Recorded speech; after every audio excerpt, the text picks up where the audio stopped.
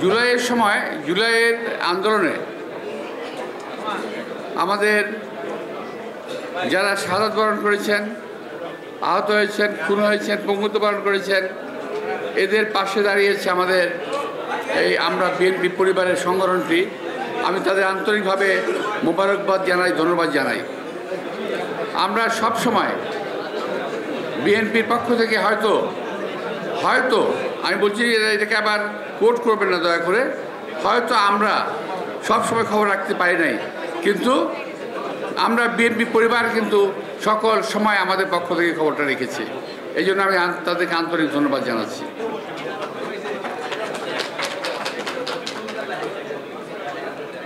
আজকে আমাদের সামনে যারা উপস্থিত আছেন সাংবাদিক ভাইরা, এর মধ্যে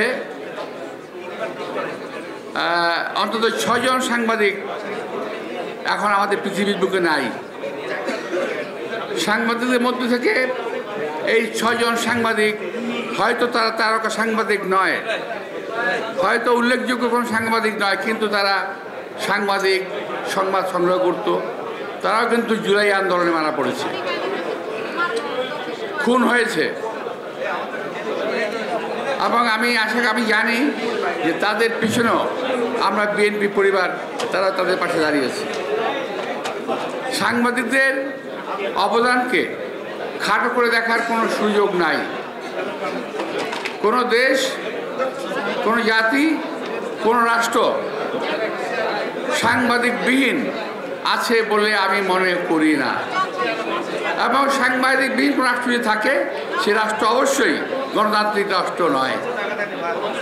একটি গণতান্ত্রিক রাষ্ট্রে স্বাধীন সাংবাদিকদের জন্য একটা প্ল্যাটফর্ম থাকতে হবে। সেটাও সাংবাদিকদের প্ল্যাটফর্ম, যেখানে সংবাদ সংগ্রহ করার একটা সুযোগ থাকে। প্রিয় ভাইয়েরা, আমার এই দীর্ঘদিনের রাজনৈতিক পথ পরিক্রমায় আমার বহু সাংবাদিক ভাই কালের গর্ভে হারিয়ে গেছেন।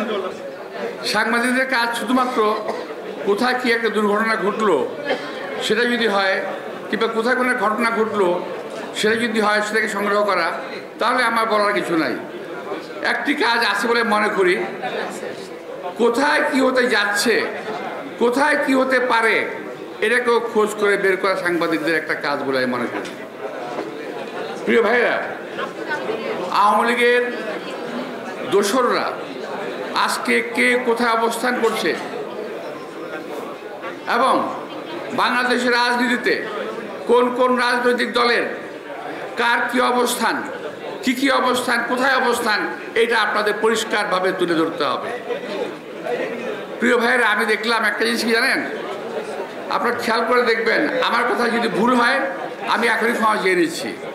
একটি বিশেষ দল সম্পর্কে আপনার কোনো সাংবাদিক, কোনো সংবাদপত্র আপনারা কিছুই লিখছেন না, আপনারা শুধু লিখছেন কিন্তু বিএনপি সম্পর্কে যতটুকু পারেন ফুলিয়ে ফাঁপিয়ে বাড়িয়ে লিখছেন, কিন্তু আরও কিছু আছে তো, অনেক কিছু পর্দার অন্তরালে অনেক কিছুই ঘটছে, আপনারা কিন্তু লিখছেন না। আপনারা লিখছেন না কোন ব্যবসায়ী হেলিকপ্টারে কে বেড়াতে যায়,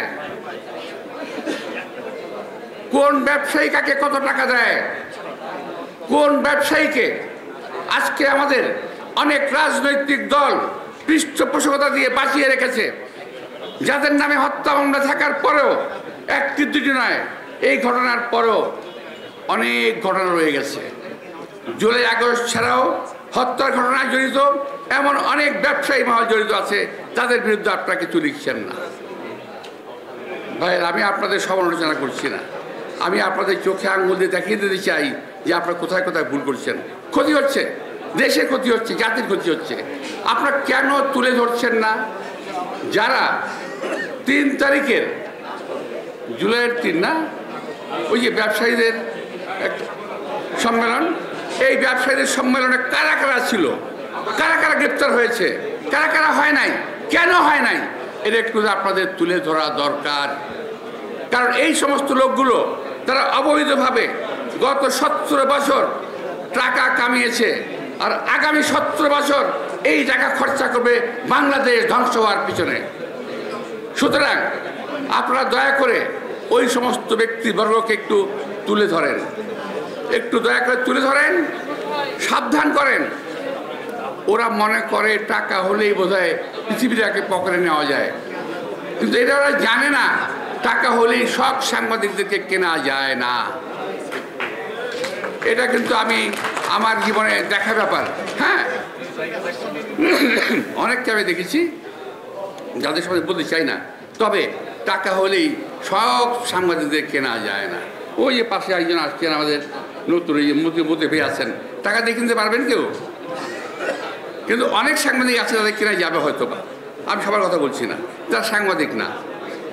তো প্রিয় ভাইরা, তো শুধুমাত্র হ্যাঁ বিএনপি সভাপতি রাখেন, সমালোচনা করেন, আলোচনা করেন, কোনো অসুবিধা নাই, মিথ্যা তথ্য পরিবেশন করবেন না, অনুরোধ থাকলো। আর যাদের বিরুদ্ধে আমি বললাম, আমি তাদের বিরুদ্ধে বলি নাই, আমি আমার পক্ষে বলেছি, কারণ আমি বাঁচতে চাই, আমাকে বাঁচতে হবে। আর ওই লোকগুলো যদি তার অবৈধ টাকা নিয়ে এইভাবে ঘুরে বেড়ায়, তাহলে বাংলাদেশে কোনো মানুষ সুস্থভাবে বেঁচে থাকতে পারবে না। এই দেশটাকে তারা অসুস্থ করে ফেলবে, এই দেশে মানুষকে তারা অসুস্থ করে ফেলবে, এই দেশে গণতন্ত্রকে তারা অসুস্থ করে ফেলবে। সুতরাং আজকে তো এখন টাকা পয়সা নিয়ে কথাবার্তা শুরু হয়ে গেছে, আপনি শুনছেন না? তো আরও শুনবেন। তো আমি আপনাদের সাংবাদিক ভাইদের বলবো, শুধু ব্যবসায়ী না, আপনার সচিবালয়ে খোঁজ নেন আওয়ামী দোসররা কীভাবে সেখানে মানে মৌরসি পাট্টা মানে নিয়ে বসে আছে। ওখানে আওয়ামী দোসররা আজকে অবস্থান নিয়েছে, সচিবালয়, থানা পরিষদ, ইউনিয়ন পরিষদ, সমস্ত জায়গায় তারা অবস্থান নিয়েছে। সুতরাং আপনাদের উচিত হবে ওই সমস্ত খোঁজখবর সংগ্রহ করে দেশে এবং জাতিকে বাঁচানোর জন্য এই খবরগুলো সংগ্রহ করে এবং মানুষের সামনে তুলে ধরা। আপনাদের সবাইকে আন্তরিক শুভেচ্ছা, ধন্যবাদ জানিয়ে, এবং আমরা বিএনপি পরিবারের কর্মকর্তা যারা আমাকে হঠাৎ করেই ধরে প্রধানমন্ত্রী বানিয়ে দিয়েছেন, তাদেরকে আন্তরিক ধন্যবাদ জানিয়ে বক্তব্য শেষ করছি। খোদা হাফেজ। বাংলাদেশ জিন্দাবাদ।